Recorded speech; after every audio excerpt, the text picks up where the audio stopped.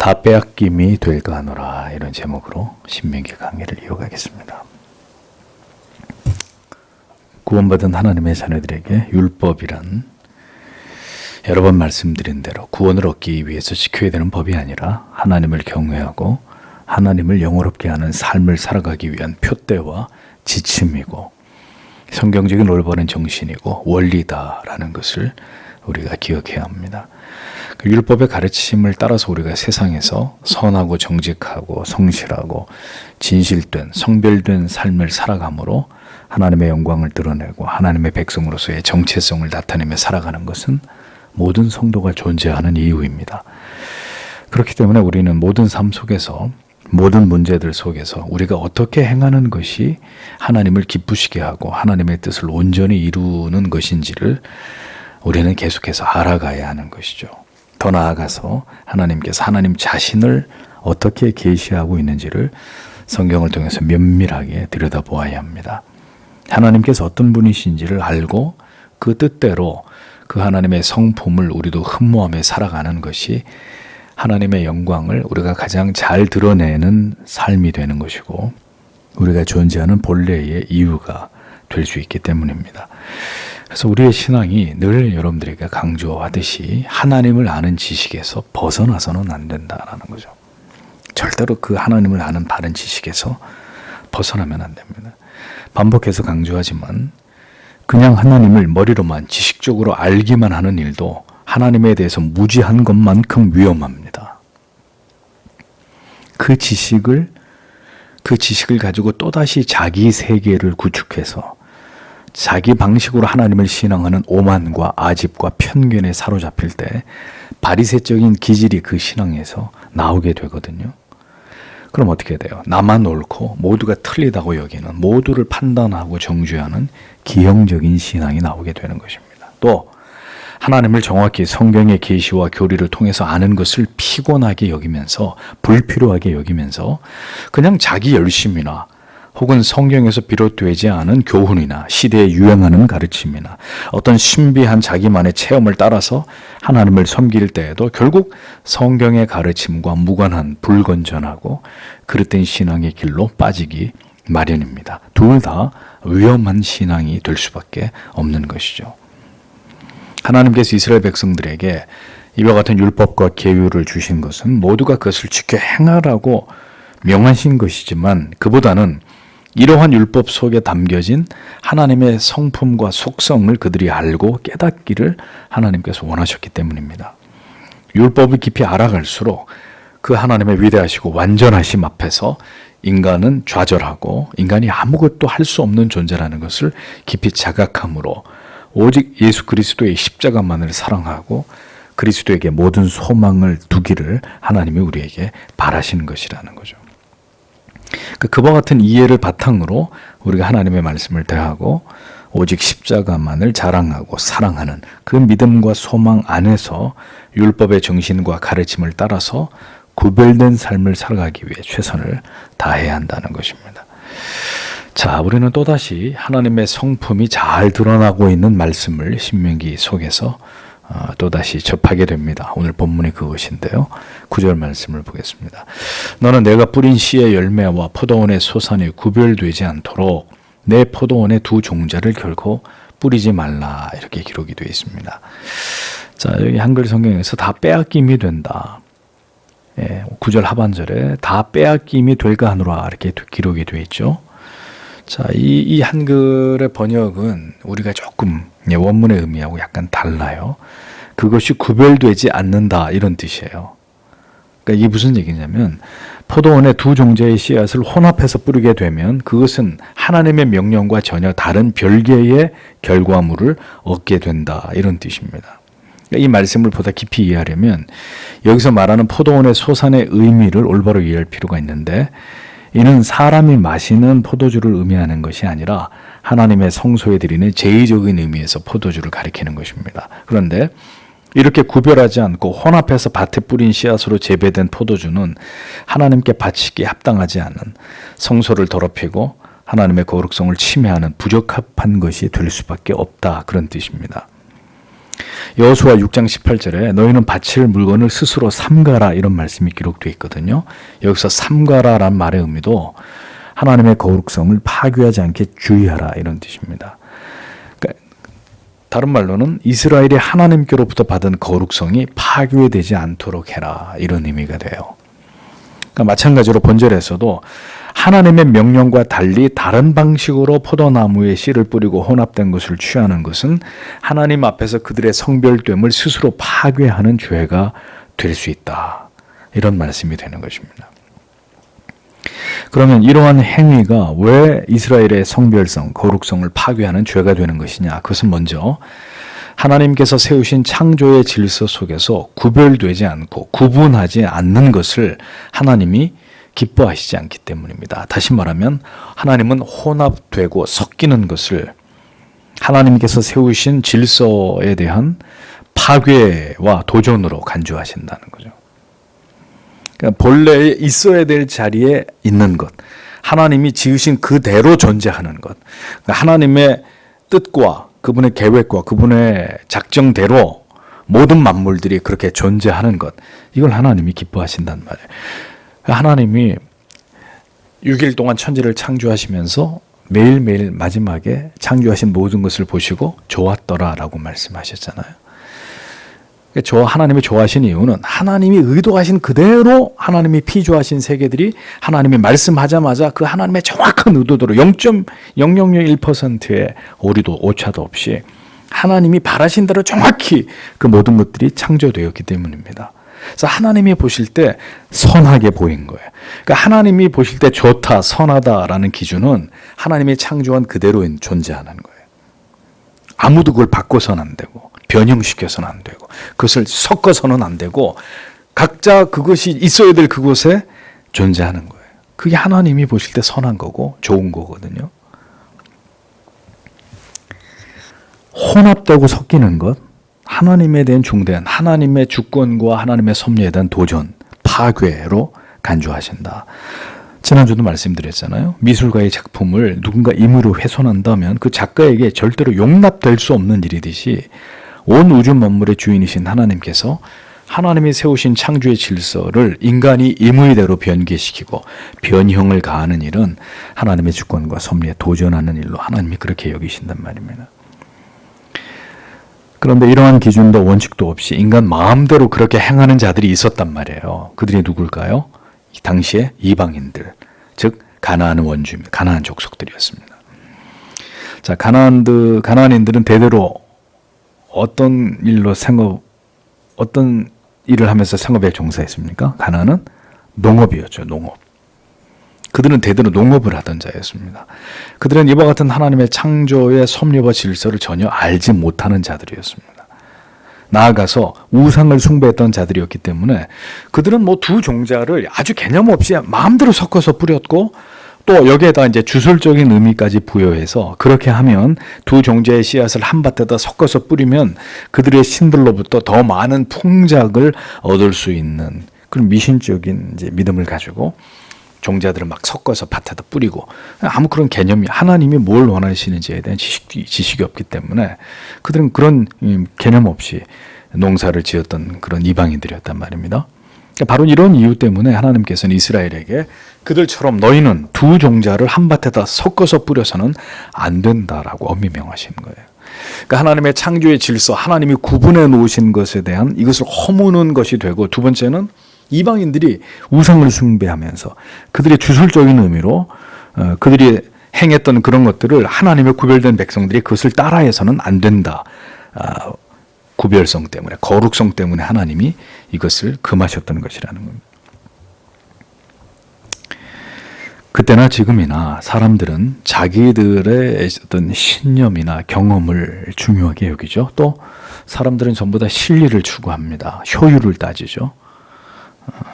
어떻게 하는 게 경제적으로 더 이익이 되는지를 사람들은 굉장히 그것에 대해서 계산을 하고 이해타산에 팔고 그렇게 해서 그런 방식으로 이익을 추구하는 것을 또 다른 신앙으로 맹신하면서 거기에 집착하고 그런 삶을 추구하지 않습니까? 그러니까 예수를 안 믿는 사람들에게는 그렇게 합리성을 따지는 게 그들에게는 신앙이에요. 요만큼도 손해봐서는 안 되고 철저하게 내 이익을 앞세워서 그렇게 살아가는 것이 그 하나님을 모르는 사람들의 삶의 방식 아니겠습니까?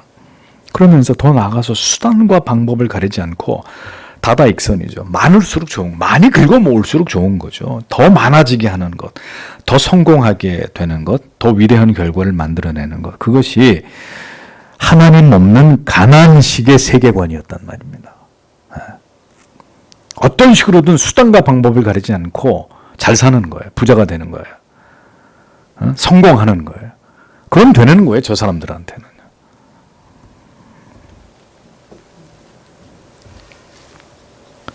하나님께서는 이스라엘로 하여금 그렇게 하지 말라고, 그것을 따르지 말라고 그래서 금하신 것입니다. 그것은 적어도 내가 택한 선민으로서의 너희들에게 내가 요구하는 삶의 방식이 아니라는 거죠.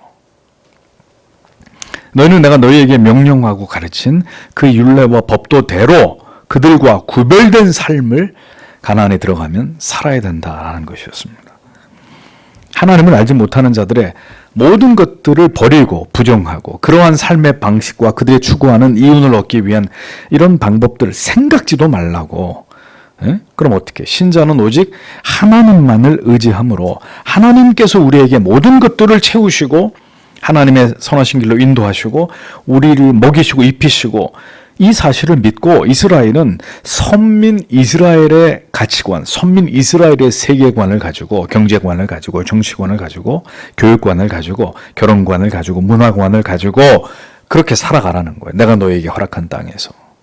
이게 하나님의 뜻이었습니다. 그러니까 왜 교회가 그리스도인들이 자꾸 세상에 맞추려고 하는 것이냐라는 거죠. 이 시대 가장 큰 문제가 여기 있습니다. 왜 자꾸 세상이 하자는 대로 하면 된다는 식의 어리석은 생각을 갖느냐 이거죠. 세상 사람들이 가장 합리적인 대안이라고 내어놓으면 교회가 두 번 생각도 않고 덥석 그것을 취해버린단 말입니다. 근데 그것은 세상의 방식이란 말이죠. 그건 우리에게 편하고 우리에게 안전하고 우리에게 더 이익이 된다고 생각하기 때문에 받아들이는 거예요. 그러면 하나님의 말씀은요, 하나님의 법은요, 하나님의 뜻은 어떻게 되는 것입니까?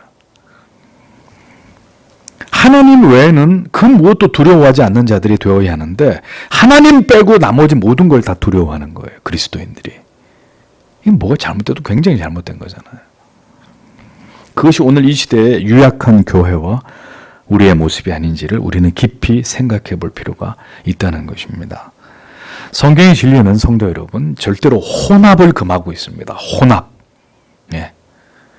어떤 것이든 진리와 진리가 아닌 것을 함께 취할 수 없습니다. 성도와 교회는. 진리에 대한 문제는 타협의 대상이 아니에요.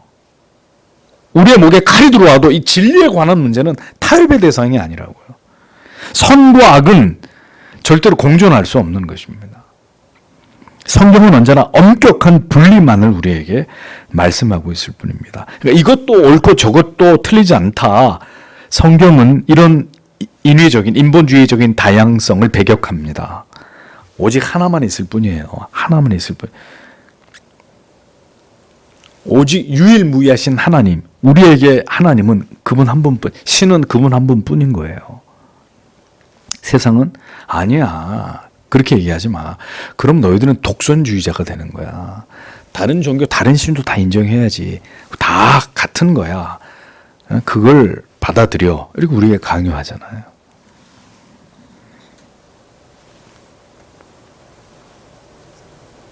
옳은 것이 있고 다른 것이 있는 게 아닙니다. 성도 여러분. 제 말을 유념해서 들으십시오. 옳은 것이 있고 그 옳은 것은 놔두고 그것과 다른 것이 있는 게 아니라 옳은 것이 있고 나머지는 다 틀린 거예요. 틀린 거. 옳은 건 하나밖에 없는 겁니다. 그럼 나머지는 다 틀린 거란 말이에요. 언제부턴가 인간의 인본주의적인 사고가 아니에요. 그렇게 얘기하지 마세요. 그럼 당신은 굉장히 무식한 사람이에요. 응? 다른 거예요. 틀린 게 아니라 다른 거예요. 그렇게 이해하셔야죠. 왜 차별을 합니까? 당신이 뭔데? 그게 세상의 논리란 말이에요, 지금. 진리와 비진리가 혼합되는 순간 거룩은, 순결은 사라지는 것입니다. 오염과 변질이 일어나게 되는 것입니다. 순수한 것과 순수하지 않은 것이 섞이면 언제나 순수한 것이 그 순수함을 잃어버리는 결과를 가져오죠. 순수하지 않은 건 원래 순수하지 않았는데 뭐가 문제겠습니까? 에? 깨끗한 물에 꾸정물 한 방울 딱 떨어지면 그때부터는 그 물이 꾸정물이 되는 거지. 그게 어떻게 깨끗한 생수가 됩니까? 오염된 거잖아요. 진리는 그런 문제, 교회는 그런 곳이란 말이에요. 신앙은 그런 거라는 거죠. 신자와 불신자가 연애를 하고 결혼을 하면 불신자가 신자가 되는 게 아니고요. 신자가 불신자처럼 변해가요. 그나마 있던 믿음도 다 까먹고 소멸되고 약화되고 피할 수 없는 문제예요. 왜 그럴까요? 거룩과 순수함을 점차 잃어가기 때문입니다. 그것이 성경이 우리에게 가르치는 교훈이에요.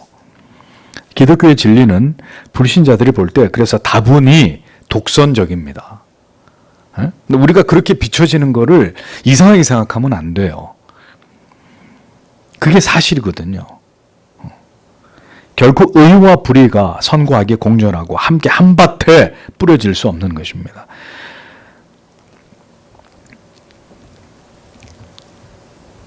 그렇지 않으면 사람들이 보기에는 좋아 보이고 다수의 사람들에게는 동의와 인정을 얻을지 모르겠지만 만약에 그렇게 되어버리면 하나님이 보실 때는 그때부터 그건 죄악인 거예요. 그러니 우리는 선택해야 돼요.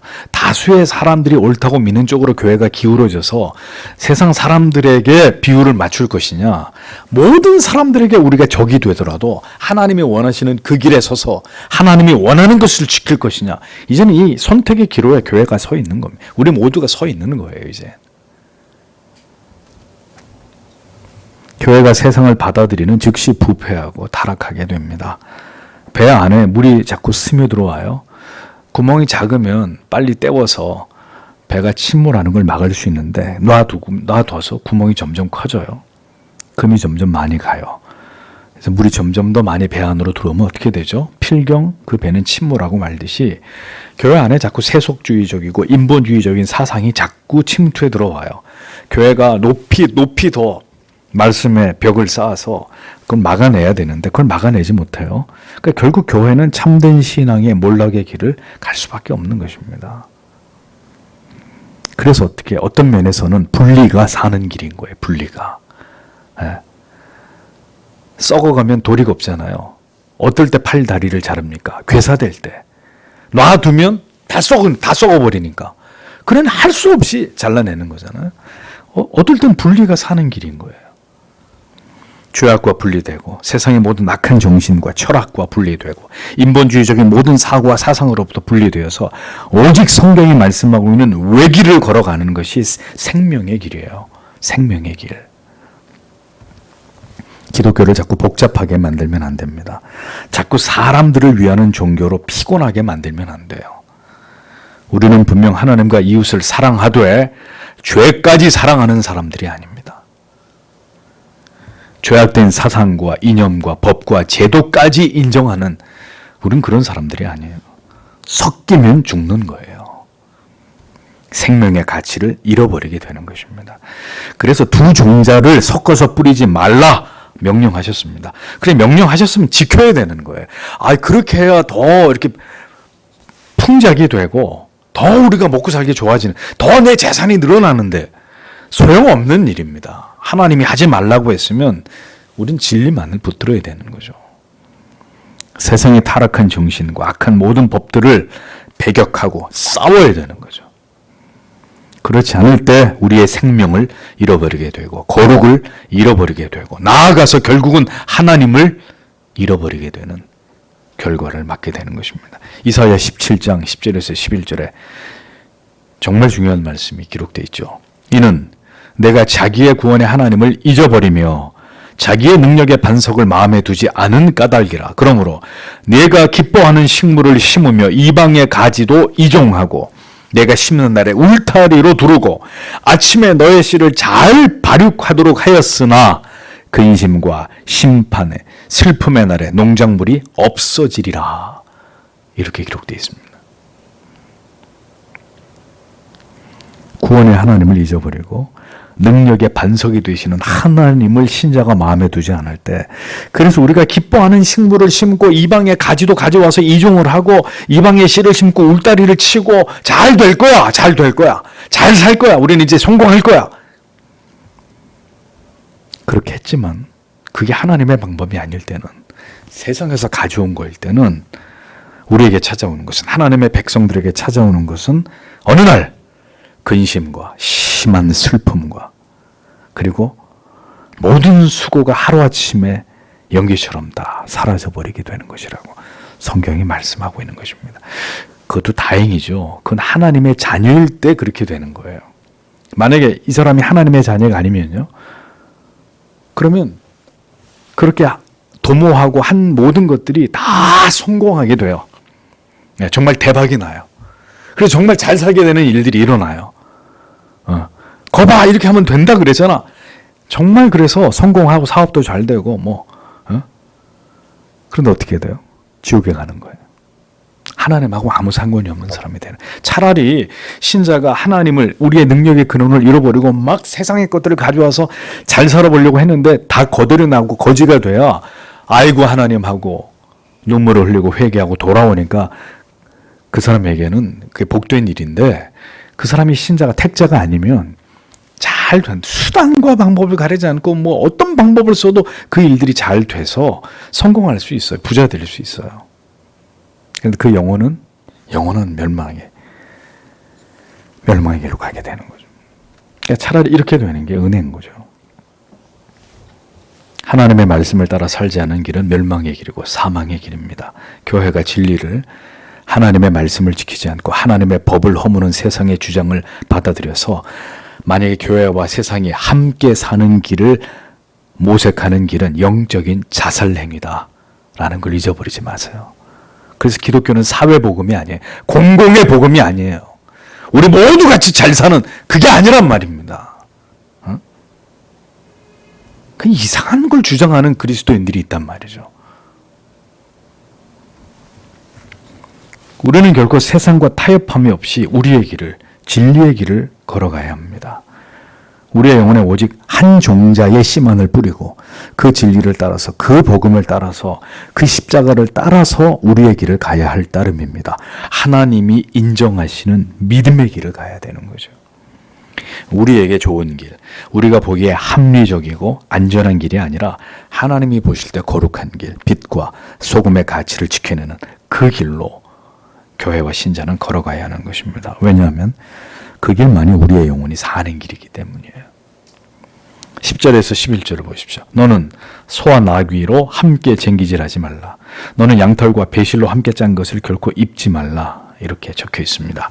결의라는 말은 순수 우리나라 말인데 함께라는 뜻이에요. 함께. 그래서 소와 나귀가 함께 하나의 쟁기를 끌게 하는 일이 이스라엘 백성들에게는 없게 해야 된다고 하나님이 명령하십니다.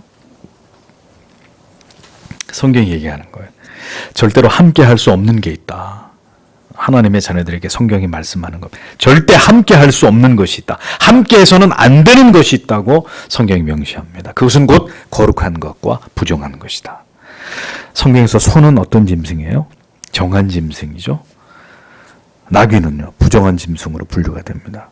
두 짐승은, 소와 나귀는 그 습성과 기질이 다릅니다. 그래서 함께 쟁기를 맬 수 없는 동물입니다.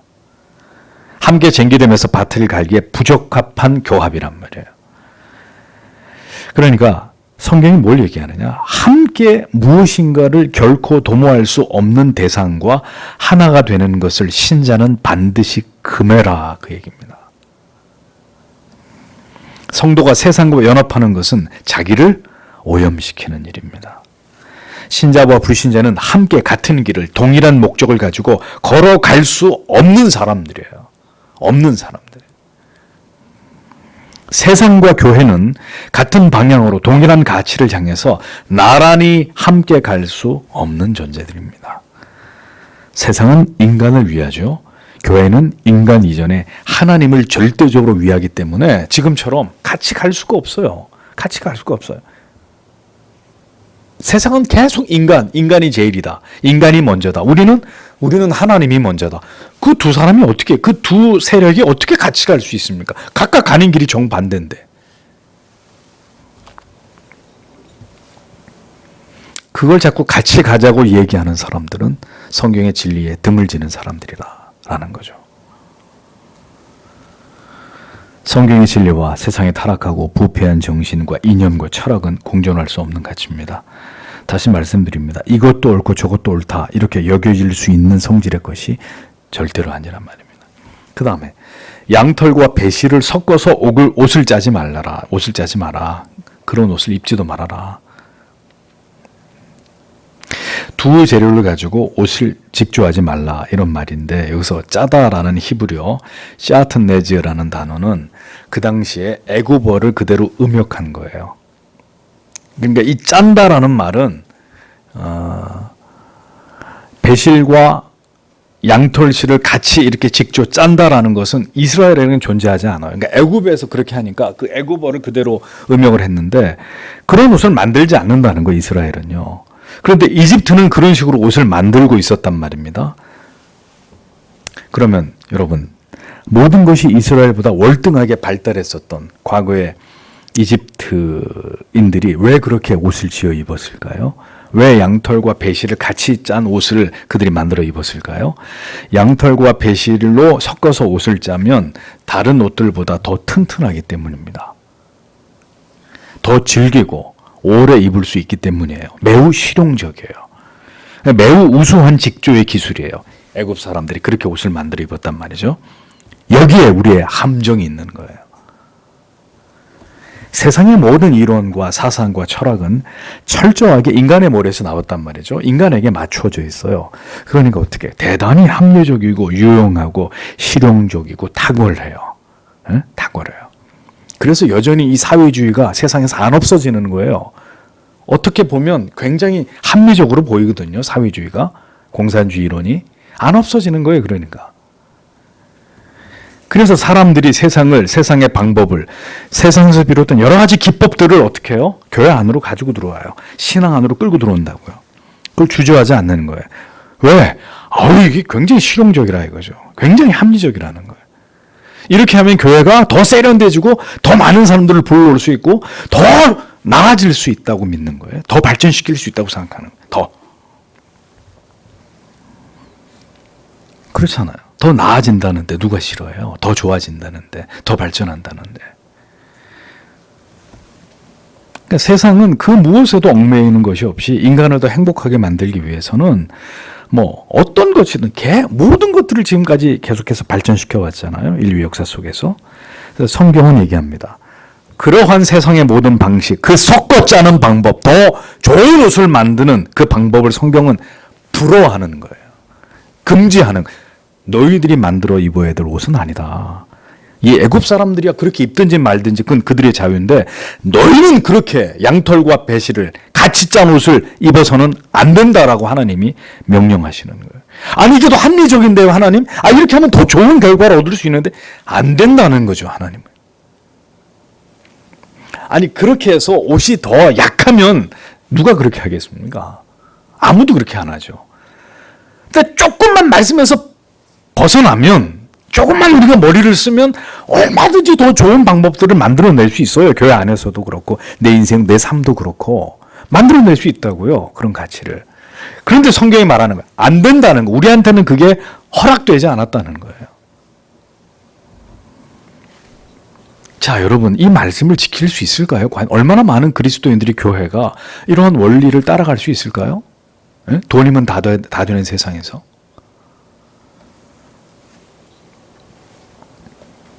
그렇게 세상의 화려함을 쫓아가다가는 그렇게 합리적인 거, 더 세련된 거, 더 실용적인 거 쫓아가다가는 우리 영혼은 부패하게 되고 거룩과 순수성을 다 잃어버리게 되는 그런 결과를 피할 수 없다는 것입니다.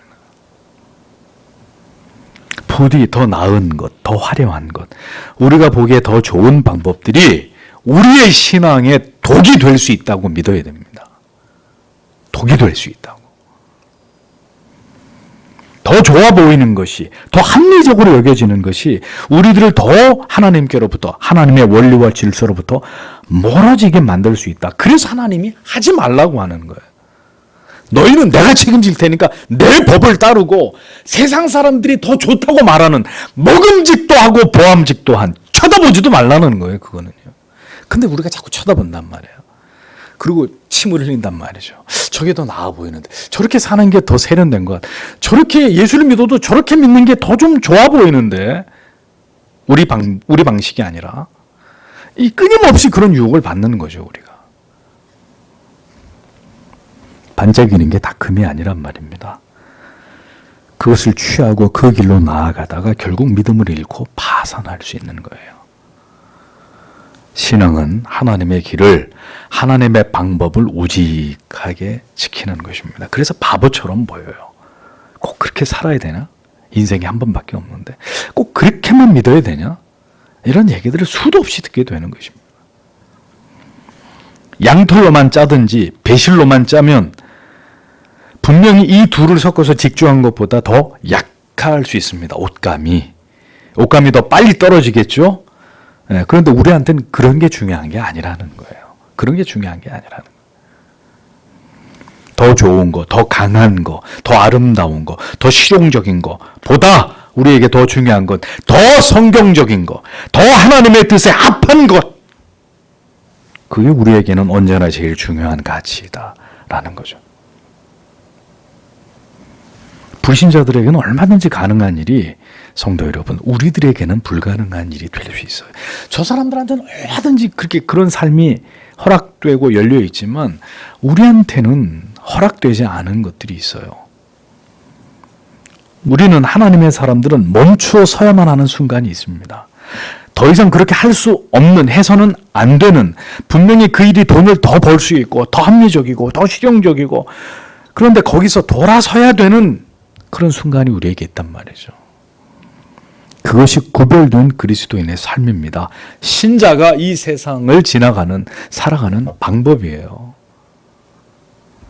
그럼 그렇게 살면 우린 다 굶어 죽나요? 다 떨어진 옷 입고 살아요?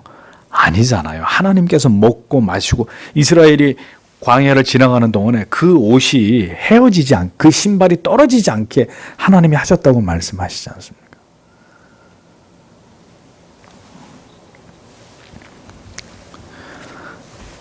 마지막 12절은 너는 내가 스스로 입는 내 외투에 내 귀들 위에 너를 위해 술들을 만들 것이다. 이렇게 기록이 되어 있습니다. 이스라엘 백성들이 입는 겉옷은요, 대개 이렇게 통으로 되어 있어요. 통으로 이렇게 뒤집어 쓰면, 그래서 앞과 뒤가 이렇게 분리가 되어 있는 거죠. 이렇게 통으로 뒤집어 써서 이렇게 통으로 입는 옷이니까. 그러니까 당연히 네 모서리가 존재하겠죠. 앞에 뒤에 이렇게 네 모서리. 그 네 모서리에다가 뭐를 달라는, 술을 달라는 거예요. 술. 이렇게 술 아시죠? 그거 뭐라 그래야 돼요? 술. 하나님이 명령하셨습니다. 겉옷 내 귀에다가 술을 달라는 것은 다른 이방인들과 구별된 독특한 그들의 의복의 특징이 되는 거죠. 이것은 마치 고대 이방인들이 말이죠. 우상을 숭배하는 이방인들이 머리를 이상한 모양으로 밀고, 레위기에도 나오죠. 또 몸에 타투를 하고, 또 몸을 꿰뚫어 가지고 장신구를 꾸미는 것처럼, 그 하나님 절대로 이스라엘은 따라하지 말라고, 그거 하지 말라고 말씀하시잖아요. 머리 밀지 말고, 눈썹도 밀지 말고, 몸에다가 새기지 말고, 장신구 달지 말고, 이방인들이 하는 거 하나도 따라하지 말라고 말씀하시잖아요. 그렇듯이 이번에는 반대로 이스라엘 백성들은 너희들이 입는 옷에는 저들과 다른 독특한 어떤 장식이 너희들 옷에는 있어야 되는데, 옷 내 모퉁이에다가 술을 다는 것이었습니다. 이것으로 다른 민족과 이스라엘 백성들이 구분되게 하신 거예요.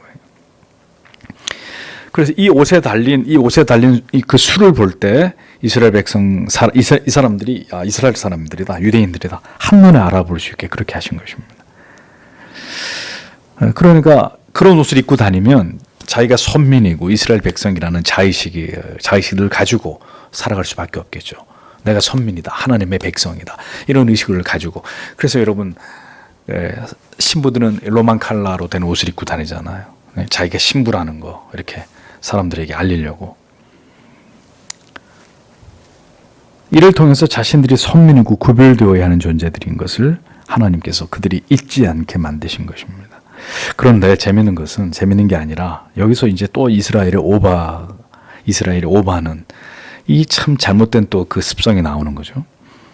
유대인들이 후에 이 술들의 가닥의 모든 합이 613개가 되게 만들었습니다. 613개. 그 모든 술 가지 하나하나까지 다 세면 613개가 되게 만들었는데 왜요? 모세 율법의 총 조항 수가 613개란 말이에요. 그래서 이 수를 볼 때마다 의도적으로 하나님의 율법을 우리는 잘 지킨다. 하나님의 율법을 기억하고 율법을 지켜야 된다. 이걸 이제 나름대로는 기억하고자 했지만 이게 또 어떤 패단을 만들었느냐. 항상 그랬듯이 훗날 바리새인들은 내가 너희들보다 율법을 더 잘 지키고 있다는 것을 과시하기 위해서 어떤 짓을 했죠? 그 수를 다른 사람들보다 더 크게 만들어서 달고 다녔어요. 그러다가 예수님이 어떻게 책망하시잖아요. 응? 그러니까 무엇이든지 그렇게 보여지는 것이 다른 사람들에게 내가 더 많이 알고 내가 더 바르게 알고 있다는 것을 드러내는 일들이 내가 더 예수를 잘 믿었고 오래 믿었고 내가 뭐 더 많이 이게 얼마나 위험한 일이고 그 모든 것들이 자칫 잘못하면 나의 다의가 되는지를 우리가 안다면 제발입니다. 제발 부디 잠잠히 조용히 언제나 하나님 앞에서 내 자신을 살피는 일에만 창념하면서 겸손하게 하나님을 신앙하는 그런 신자가 되어야 되는 것입니다. 그 신자는 삶으로 그 신앙으로 그 마음과 성품으로 덕을 끼치는 그의 인격으로 세상과 구별되는 것입니다. 내가 예수를 잘 믿고 있다고 내가 아주 바른 교회를 다니면서 내가 바른 교리를 많이 알고 있다고 그거 그 사람의 신앙의 됨됨이가 결정되는 게 아니고 그건 더 큰 수를 달고 다니면서 내가 이렇게 내가 율법에 총통한 사람이고 나 율법대로 사는 사람이라고 자기 스스로의 의를 드러내는 것밖에 더 됩니까 그러면? 조용히 이름도 없이 빛도 없이 언제나 진리의 말씀 앞에 내 자신을 살피면서 하나님 앞에 늘 부끄러워하면서 십자가의 은혜를 붙들고 그렇게 조용히 주의 뒤를 쫓아가는 그게 정말 영혼의 수를 단 사람의 모습이죠. 신자의 삶은 그래서 내면적으로 드러나는 거예요. 그 내면이 아름다워가고 점점 그리스도를 닮아가니까 자연스레 그의 모든 말과 언행 속에서 그의 삶의 내용과 그가 추구하는 것 속에서 그리스도가 드러나고 복음의 영광이 드러나는 거지. 언제나 사랑과 희생과 섬김과 온유와 선행을 통해서 그리스도의 사랑을 실천하고 덕을 세우는 그게 영혼의 수를 단 사람의 모습이잖아요. 그렇게 우리의 마음과 영혼의 수를 달아야 되는데 여전히 우리는 우리의 지식을 자랑하고 우리의 신앙의 외형을 형식을 자랑하고 그것을 지키는 것을 우리의 의로 삼는 이런 어리석음을 추구하고 있는 것은 아닌지를 우리 자신에게 물어봐야 되는 것입니다. 정말 내가 중요하게 여기는 게 뭔가?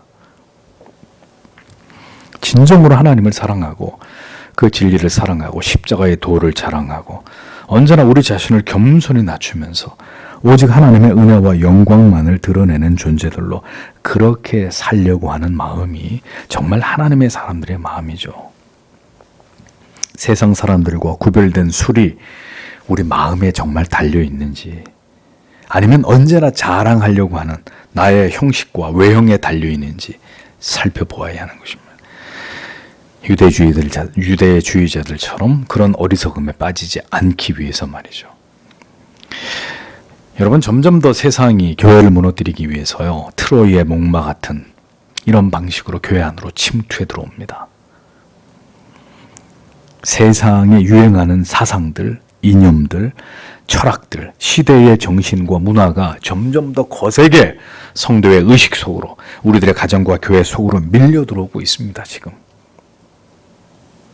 정신을 차리고 우리가 진리 위에 굳게 서 있고 그것만으로 안 돼요. 늘 하나님의 긍휼히 여기심을 우리에게 자비를 베풀어 주심을 우리가 사모하면서 성경의 가치를 철저하게 붙들지 않으면 이 거친 탕류 속에 교회와 신자도 한순간에 휩쓸려 버릴 수 있는 거예요. 우리에게는 솔직히 말씀드리지만 우리에게는 힘이 없어요. 그걸 막아설 수 있는 힘이 우리에게는 없어요.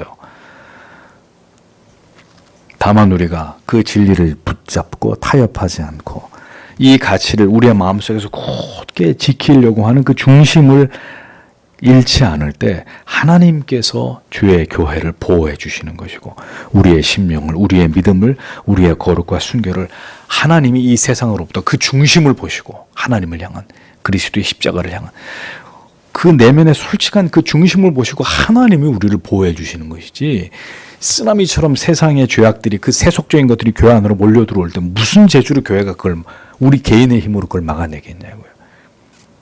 근데 뜻을 거기다 딱 두고 우리가 하나님 앞에 그렇게 살아가려고 하면 하나님이 그런 교회를, 그런 소수의 자기 백성들을 하나님이 지키시는 것입니다. 이 세상 속에서.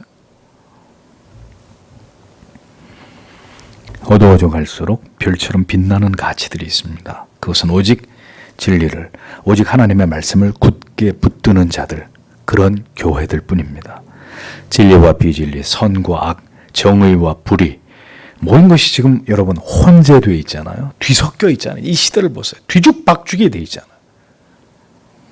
이 혼돈의 시대에 우리는 다시 이러한 말씀을 들으면서 영혼을 무장하고 나를 세울 수 있는 것이 여러분 얼마나 귀한 은혜이고 신령한 복인지를 여러분들이 분명히 아셔야 합니다.